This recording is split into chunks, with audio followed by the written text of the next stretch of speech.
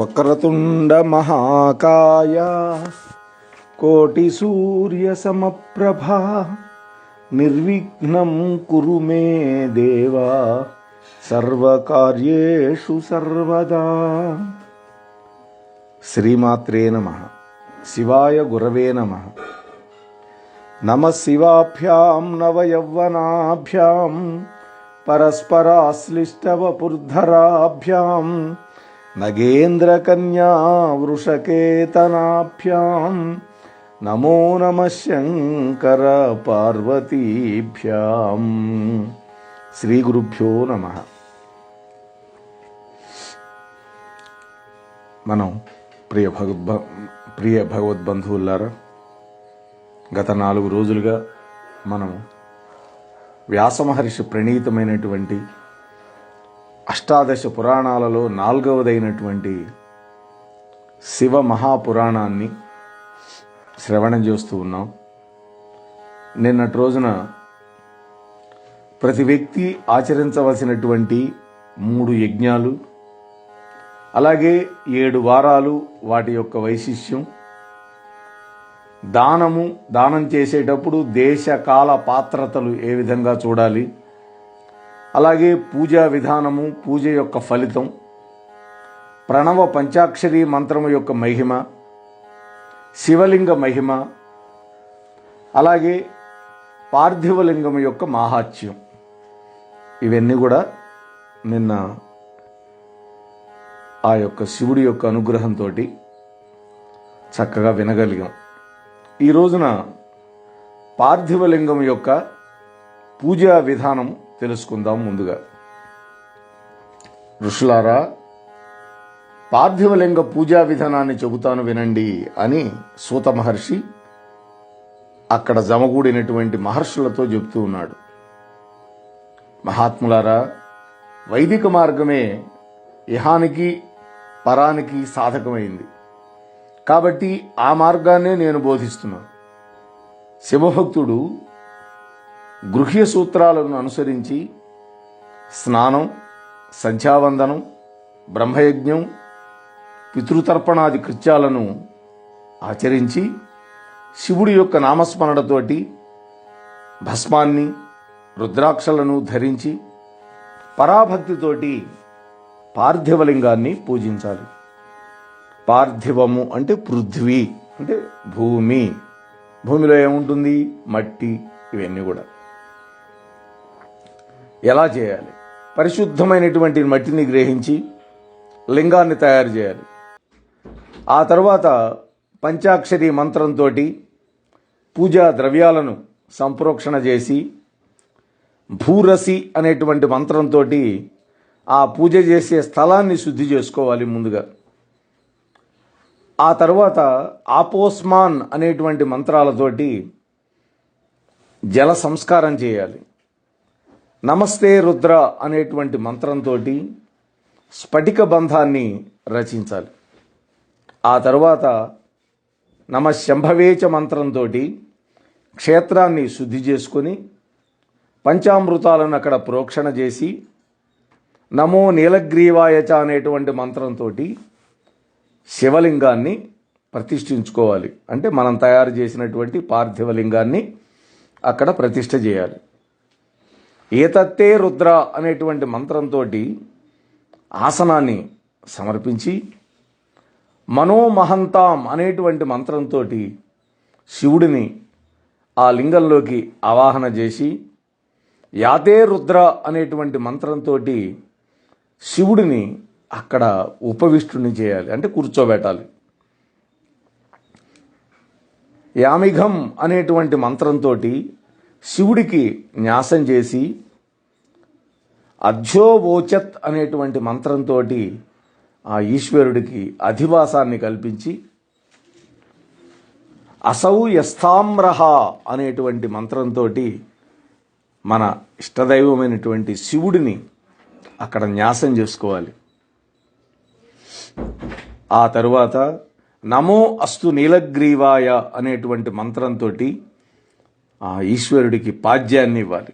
పాద్యం అంటే కాళ్ళు కడుక్కోవటానికి నీళ్లు.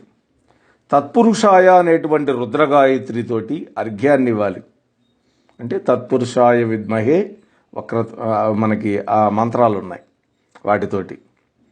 త్రయంబకం యజామహే అనేటువంటి మృత్యుంజయ మంత్రంతో ఆచమనాన్ని చేసి, పయః పృథివ్యాం అనేటువంటి మంత్రంతో ఆవు పాలతోటి అభిషేకాన్ని,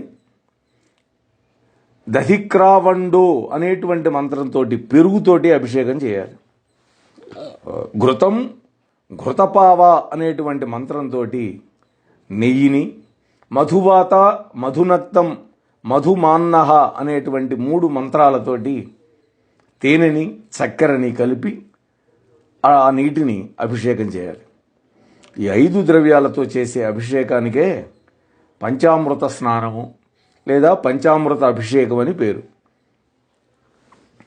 ఆ తర్వాత మానస్తోకే అనేటువంటి మంత్రంతో శివుడికి కటిబంధనాన్ని, నమో దృష్ణవే అనేటువంటి మంత్రంతో ఉత్తరీయాన్ని, యాతే హేతి అనేటువంటి 4 మంత్రాలతోటి వస్త్రాన్ని సమర్పించాలి ఈశ్వరుడికి.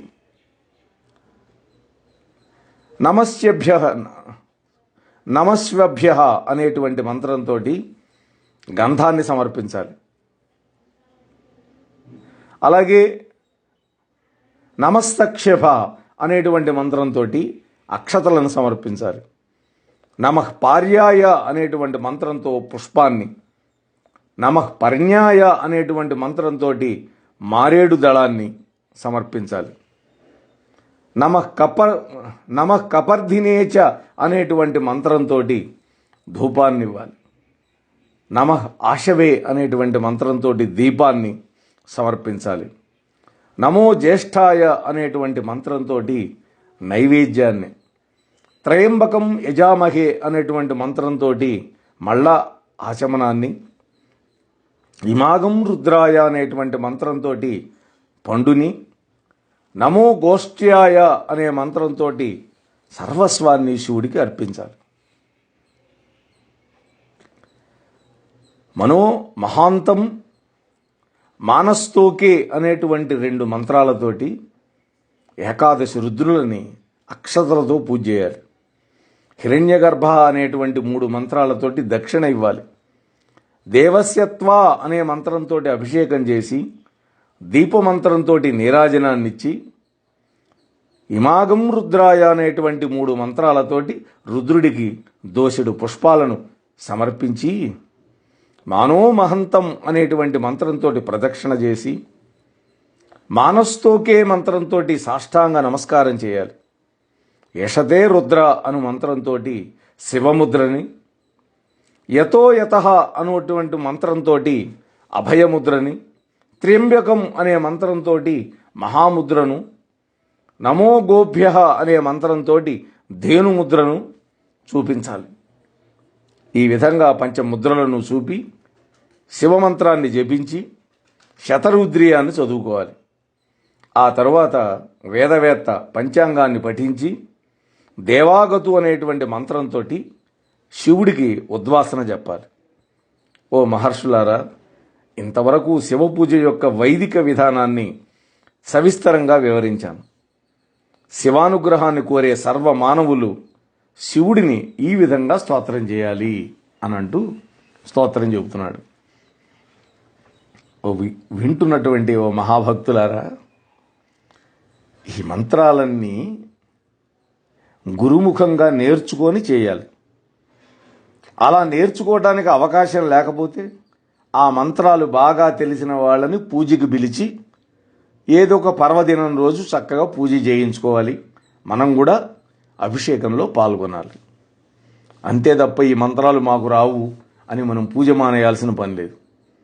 ఇంకొకటి, ఏ మంత్రం రాకపోయినా సరే మన ఇంట్లో ఉన్నటువంటి లింగానికి ప్రతినిత్యం కూడా ఓం నమ శివాయ అంటూ అన్ని నీళ్లు పోసి, ఆ తరువాత ఆ అభిషేక జలాన్ని తీర్థంగా పుచ్చుకొని, ఆ తరువాత ఆ లింగానికి గంధం, విభూతి, కుంకుమ ఈ 3 సమర్పించి పుష్పాలు పెట్టి నైవేద్యం పెడితే చాలు. ఇంత మాత్రం చేసుకోలేమా మనం? ఆలోచన చేయండి. ఏమీ చేయకుండా ఉండడం కంటే ఈ సులభమైనటువంటి మార్గం అవలంబిద్దాం. ఎందుకంటే మంత్రాలకి స్వరం ఉంటుంది. అది స్వరయుక్తంగా పఠించినప్పుడే అది ఫలితం ఇస్తుంది, లేకపోతే బెడిసి కుడుతుంది. కానీ శ్లోకాలకు అది ఉండదు. మనకు వచ్చినటువంటి శ్లోకాలు ఏవైనా శివుడి దగ్గర కూర్చొని చక్కగా చదువుకోవచ్చు.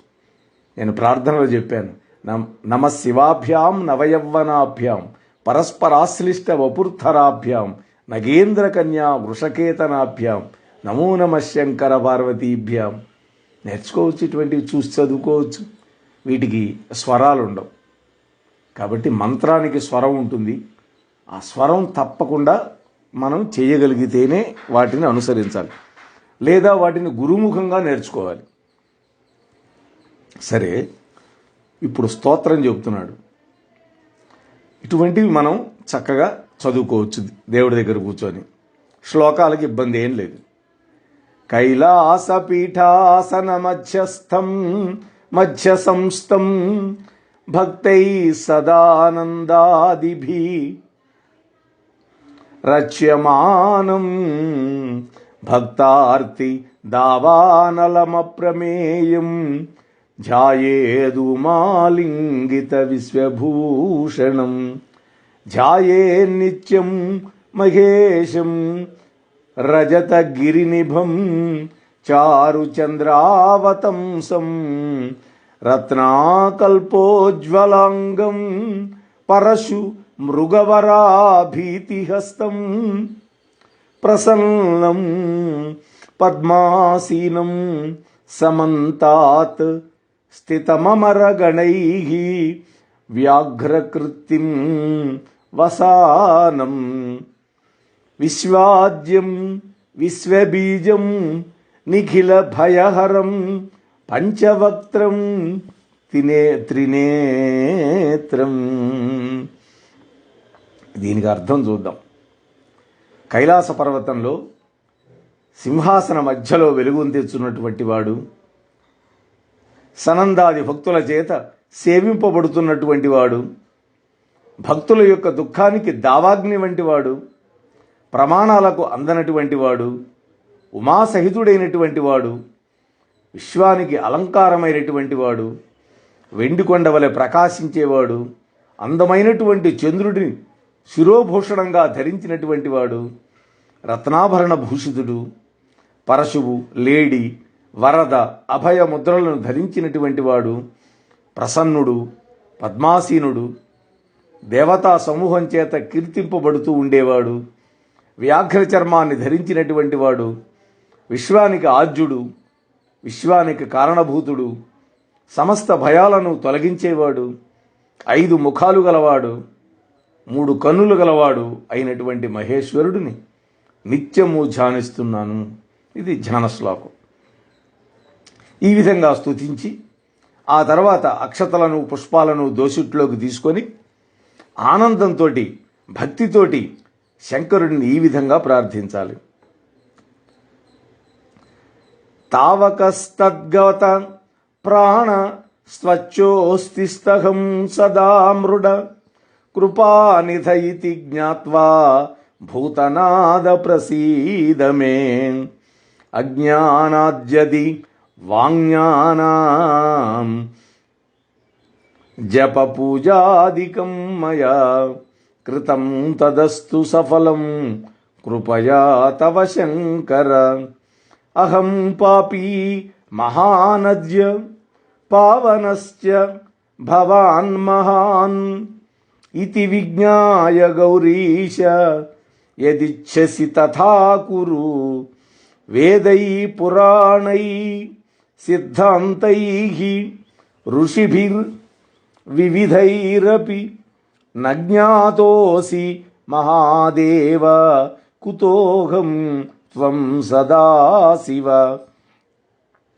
యథా తథా త్వదీయోస్మి సర్వభావైర్మహేశ్వర రక్షణీయస్త్వయాహం వై ప్రసీద పరమేశ్వరా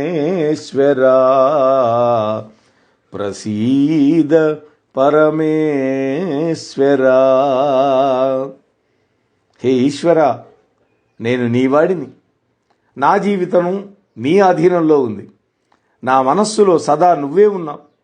హే కృపానిధి, హే భూతనాథ, ఇది తెలుసుకొని నన్ను అనుగ్రహించు స్వామి.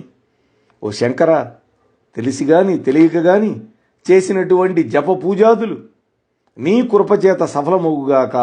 ఇది అద్భుతమైనటువంటి మాట. నాకు తెలుసో తెలియకో చేశాను పూజలు, జపం చేశాను. అవన్నీ నీ కృప వల్ల నాకు సఫలం కావాలి. నేను పాపిని, నీవు పావనమూర్తివి. హే గౌరీశ, నీవు ఈ విషయాన్ని తెలుసుకుని నీ చిత్తానుసారంగా చేయి. ఓ మహాదేవ, నిన్ను వేదాలు, పురాణాలు, వివిధ శాస్త్ర సిద్ధాంతాలు మరియు ఋషులు కూడా తెలుసుకోలేకపోయారు. హే సదాశివ, నీవెక్కడా నేనెక్కడా? హే మహేశ్వర, నేను అన్ని విధాల భావముల చేత నీవాడిని. హే పరమేశ్వర, నీవు నన్ను అనుగ్రహించి సదా రక్షిస్తూ ఉండు అని ప్రార్థన. ఈ విధంగా పూజించి ప్రార్థన చేసి పుష్పాలను శివుడి యొక్క శిరస్సు మీద ఉంచి నమస్కారం చేసి ఆ తరువాత ఉద్వాసన చెప్పాలి. ఓ ఋషులారా, లింగాన్ని గనక అర్చన చేస్తే సకల చరాచర జగత్తును అర్చించినట్లే అవుతుంది. స్త్రీ పురుష భేదం లేకుండా అందరికీ దీని యందు అధికారం ఉంది. ఇది బాగా గుర్తుపెట్టుకోవాలి. చాలామంది ఆడవాళ్ళు శివలింగానికి పూజ చేయకూడదని కొన్ని ఉన్నాయి మాటలు లోకల్లో. కానీ శివపురాణం క్లియర్గా చెబుతోంది, స్త్రీలు కానీ పురుషులు కానీ భేదం లేకుండా అందరికీ ఈ లింగార్చనలో అధికారం ఉంది. అలాగే శివ నైవేద్యాన్ని తీసుకోరాదేమో అనే శంకను విడిచిపెట్టి సరువులు కూడా భక్షించవచ్చు. ఇది కూడా ఒక అనుమానం. శివుడి గుళ్ళో ఇచ్చే ప్రసాదం తీసుకోకూడదని తప్పది. అక్కడ కనుక చండికేశ్వరుడు ఉంటే చండికేశ్వరుడికే శివుడి యొక్క ఉచ్చిష్టానికి అధికారం ఇచ్చాడు ఆయన. అందువల్ల ఆ చండికేశ్వరుడి దగ్గరికి వెళ్ళి మెల్లిగా ఒక చిటిక వేసి అప్పుడు ఆయనతో నివేదించాలి, స్వామి ఇదిగో నీ స్వామి ప్రసాదం నాకు ఇచ్చారు, మీరు అనుమతిస్తే నేను తీసుకువెళ్తాను, నేను తీసుకుంటాను అని అడిగి తీసుకోవాలి. అలాగే చండికేశ్వర ప్రతిష్ట లేకపోతే అడగక్కర్ల, తీసుకెళ్ళచ్చు. అట్లాగే జ్యోతిర్లింగాల దగ్గర ఇటువంటి నియమాలు లేవు, స్వయంభులింగాల దగ్గర ఇటువంటి నియమాలు లేవు. ఈ నియమాలు కేవలం మానవ ప్రతిష్ఠితం, ఋషుల యొక్క ప్రతిష్ఠితం దగ్గర మాత్రమే ఉంటాయని గుర్తుపెట్టుకోవాలి. ఇది బ్రహ్మశ్రీ చాగంటి కోటేశ్వరరావు గారు, అలాగే వద్దిపర్తి పద్మాకర్ గారు వాళ్ళు చెప్పినటువంటి ఉపన్యాసాలలో నేను గ్రహించినటువంటి విషయం మీతో పంచుకుంటున్నాను.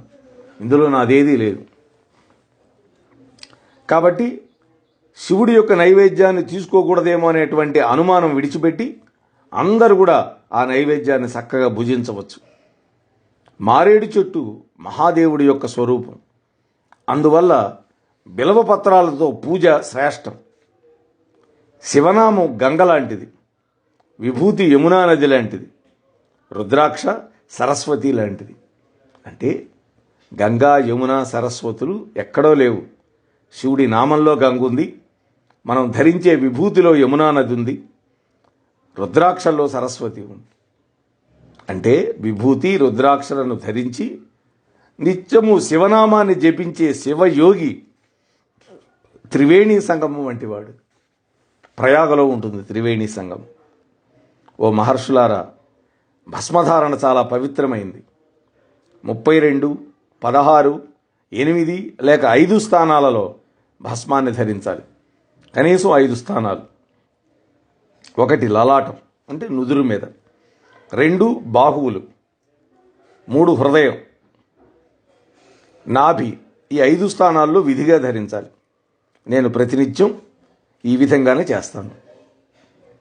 స్నానం చేయగానే ముందుగా భస్మాన్ని తీసుకొని చక్కగా దాన్ని 3 వేళ్లకి పూసుకొని ముందు లలాటంలో, ఆ తర్వాత 2 భుజాల మీద, ఆ తర్వాత హృదయం, ఆ తర్వాత నాభిస్థానం. గంధాన్ని కనుక ధరించాలనుకుంటే గంధాన్ని భస్మంలో కలిపి ధరించవచ్చు. చూడండి, గంధము భస్మము రెండు కలిపి పూసుకోవచ్చు.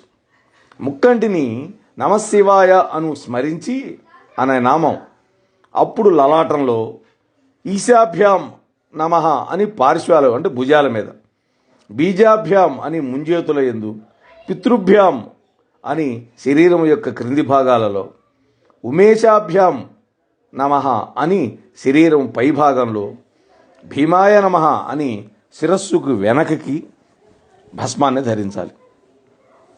ఈ మంత్రాలు ఏవి రావు మనకి. నమశివాయ పంచాక్షరి మంత్రం జపించి చక్కగా విభూతిని పెట్టుకోవచ్చు. అలాగే రుద్రాక్ష మహిమ చెబుతున్నాడు. ఓ మహర్షులారా, పూర్వం ఒకప్పుడు రుద్రుడు ఈ రుద్రాక్ష మహాత్యాన్ని పార్వతీదేవికి చెప్పాడు. దానిని ఇప్పుడు మీకు చెబుతాను వినండి. పరమేశ్వరుడు వేలాది దివ్య సంవత్సరాలు తపోనిష్టలో ఉన్నాడు. అలా ఆయన తపోనిష్టలో ఉన్నప్పుడు ఆయన యొక్క మనస్సు భయపడిపోయింది. అప్పుడు లీలగా కన్ను తెరిచాడు.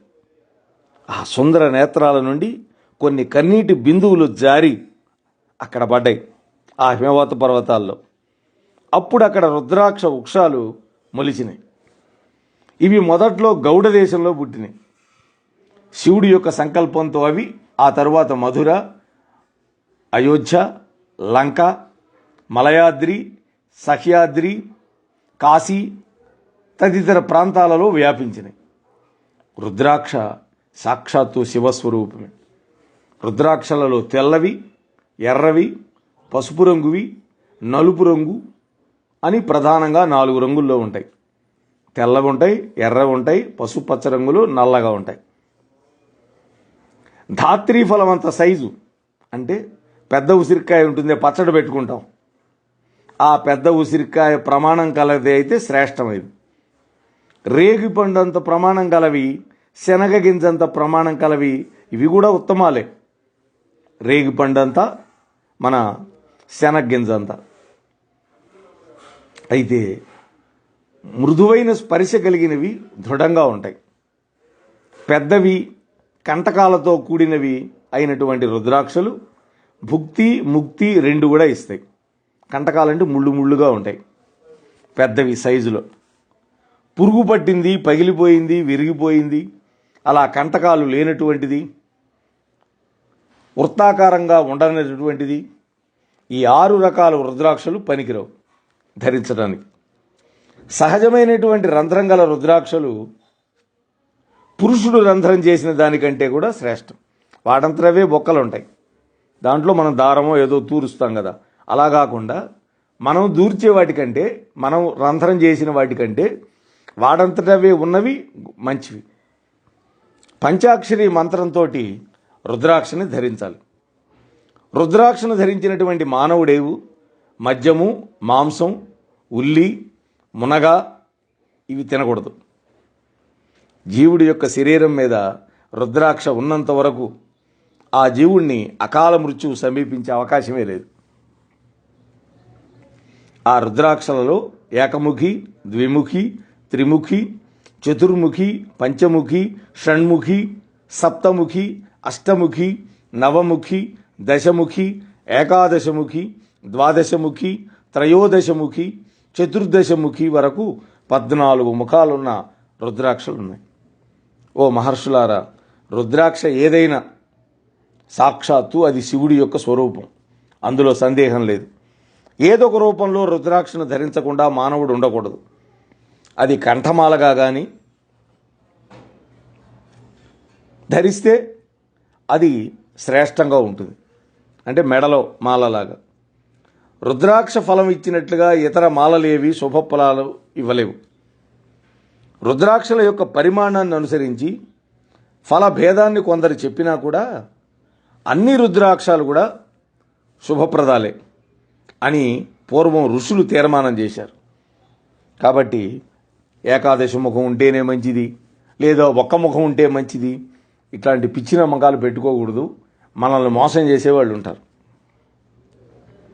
రుద్రాక్షలను శిరస్సున కిరీటంగా, యజ్ఞోపవీతంగా, చెవులకి కర్ణాభరణాలుగా, భుజాలకి భుజకీర్తులుగా, ముంజేతులకి, మణికట్టుకి, నడుముకి, శిఖలో ధరించినటువంటి మానవుడు సాక్షాత్తు ఈశ్వరుడే అవుతాడు. రుద్రాక్షలను ధరించడానికి స్త్రీ పురుష భేదం లేదు, వర్ణభేదం లేదు, అంటే కులభేదం లేదు. సర్వ మానవులు అర్హులే. ఏ జాతిలో పుట్టినవాడైనా వేసుకోవచ్చు. ఏకముఖి రుద్రాక్ష భుక్తి ముక్తి ఇస్తుంది. బ్రహ్మహత్యా పాతకాన్ని పోగొడుతుంది. సకల సంపదలు ఇస్తుంది. 2 ముఖాలు కనుక ఉంటే సర్వ కోరికలను తీరుస్తుంది. గోహత్య పాతకాన్ని కూడా పోగొడుతుంది. 3 ముఖాలు ఉంటే సాధన, వాడు చేసే సాధన సంపద్రాయకంగా ఉంటుంది. వాడి సాధన ఫలిస్తుంది. సర్వ విద్య ప్రదాయకంగా ఉంటుంది. 4 ముఖాలు ఉంటే బ్రహ్మస్వరూపం అంటారు. అంటే చతుర్ముఖ బ్రహ్మ కాబట్టి అది నరహత్య దోషం కూడా పోగొడుతుంది. అలాగే 4 విధాలైనటువంటి పురుషార్థాలను సాధించడానికి పనికొస్తుంది. 5 ముఖాలు కనుక ఉంటే అది సాక్షాత్తు రుద్రస్వరూపం. ఎందుకని? ఆయనకి సజ్జోజాతాది 5 ముఖాలు ఉన్నాయి కదా. దానికి కాలాగ్ని అనేటువంటి పేరుంది.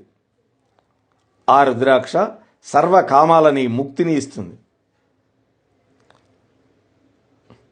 అలాగే తినకూడని తింటే ఏం దోషం వస్తుందో, వెళ్ళకూడని చోటికి వెళితే ఎటువంటి దోషం వస్తుందో అటువంటి దోషాలు కూడా ఈ 5 ముఖాలు కలిగినటువంటి రుద్రాక్ష పోగొడుతుంది. ఇక 6 ముఖాలు కనుక ఉంటే సాక్షాత్తు కుమారస్వామి రూపం. దానిని కుడి భుజం నుండి ధరిస్తే వాడికి అన్నింట్లా జయసిద్ధి కలుగుతుంది. 7 ముఖాలు కలిగినటువంటి రుద్రాక్షకి అసంగము అనేటువంటి పేరు. దీన్ని ధరించిన వాడు ఎటువంటి దరిద్రుడైనా కూడా వాడు సంపన్నుడు, సర్వసమర్థుడు అవుతాడు. అలాగే ఇది వైరాగ్యాన్ని కూడా ఇస్తుంది, జ్ఞానాన్ని కూడా ఇస్తుంది. 8 ముఖాలు కలిగినటువంటి రుద్రాక్షకి వసుస్వరూపం అని పేరు. దానికి భైరవం అనేటువంటి మరొక పేరు కూడా ఉంది. ఇది బంగారం ఇస్తుంది, పూర్ణమైన ఆయుర్దాయం ఇస్తుంది. దీన్ని ధరించినటువంటి వాడు శివసాయుధ్యం పొందగలుగుతాడు. ఆ తర్వాత 9 ముఖాలు కలది భైరవ స్వరూపమని, కపిల మహర్షి స్వరూపమని కూడా చెప్పారు. అంటే 9 రూపాలలో భక్తులను రక్షించే నవదుర్గలు దానికి అధిష్టాన దేవత దుర్గామహేశ్వరీదేవి. ఈ రుద్రాక్షని ఎడమ చేతికి ధరించాలి. ఆ తర్వాత 10 ముఖాలు కలిగినటువంటి రుద్రాక్ష సాక్షాత్తు విష్ణు స్వరూపం. ఎందుకని? ఆయనకి దశావతారాలు ఉన్నాయి. దీనిని ధరించినటువంటి మానవుడికి కోరికలన్నీ సిద్ధిస్తాయి. ఇక 11 ముఖాలు కలిగినటువంటి రుద్రాక్ష సాక్షాత్తు రుద్రస్వరూపమే. ఏకాదశి రుద్రస్వరూపం కాబట్టి ఆయన. ఈ రుద్రాక్ష అన్నింటిలో కూడా విజయాన్ని సిద్ధింపజేస్తుంది. ఇక 12 ముఖాలు ఉన్న దానిని కేశములందు ధరించాలి, తల్లో. 12 ఆదిత్యులు దాని యందు ప్రతిష్ఠితమై ఉంటారు. 13 ముఖాలు కలిగినది విశ్వేదేవతల స్వరూపం. ఇది సౌభాగ్యాన్ని, అభ్యుదయాన్ని ఇస్తుంది. ఇక 14 ముఖాలు కలిగినటువంటి రుద్రాక్ష పరమశివ స్వరూపం. ఎందుకని? ఆ 14వ తిథి ఆయనకు ఎంతో ఇష్టం, చతుర్దశి. శివరాత్రి కూడా చతుర్దశి రోజేగా వస్తుంది. నిన్ననే శివరాత్రి పూర్తయింది, ఇవాళ అమావాస్య. దీనిని, ఈ 14 ముఖాలు కలిగినటువంటి రుద్రాక్షని శిరస్సును గనక ధరిస్తే సమస్త పాపాలు భస్మీపటలం అయిపోతాయి. అయితే వీటన్నిటినీ కూడా మంత్రపూతంగా మాత్రమే ధరించాలి. నమశివాయ మంత్రంతో ధరించవచ్చు. అలాగే భస్మాన్ని, రుద్రాక్షని ధరించిన వాడికి జోలికి, శివనామాన్ని పంచాక్షరి జపించిన వాడి జోలికి యముడు కూడా వెళ్ళడు.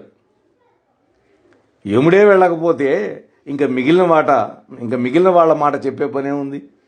ఎవ్వడూ సమీపించలేడు. అట్టివాడు దేవతలందరికీ ఇష్టుడవుతాడు అని ఈ విద్యేశ్వర సంహితని సూతల వారు శౌనకాది మహర్షులకి వివరించాడు.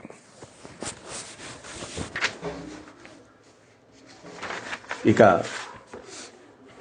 రెండవ సంహిత రుద్ర సంహిత. ఈ రుద్ర సంహితలో కొన్ని భాగాలు ఉన్నాయి. దాంట్లో ముందుగా సృష్టిఖండం.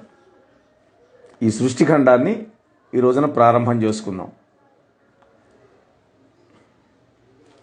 శ్రీ గణేశాయ నమః. గౌరీ శంకరాభ్యాం నమః.